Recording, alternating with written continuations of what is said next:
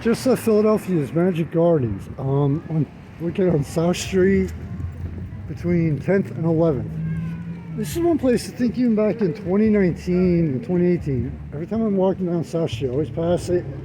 Get tickets online. Yeah, I'll do it next time.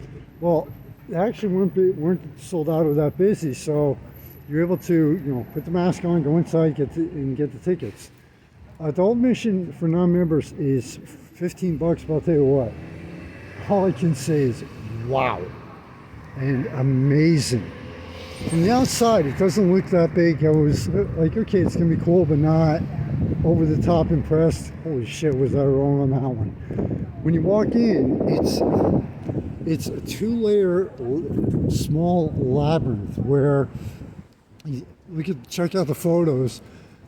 It's like everywhere you turn, there's another corridor to go down, and all of it is basically street art and I forget what the hell the term was, but recycle using everyday materials like bottles and etc. and glass to create this huge interactive walkthrough work of art.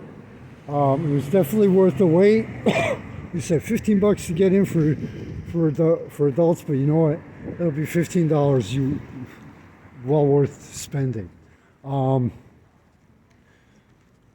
Go to the website, check out the hours, check them out, and if you're in Philadelphia, come down to South Street, make that one of your stops. I'm on my way down to a mandatory stop every time I'm here in Philadelphia, so favorite bake shop.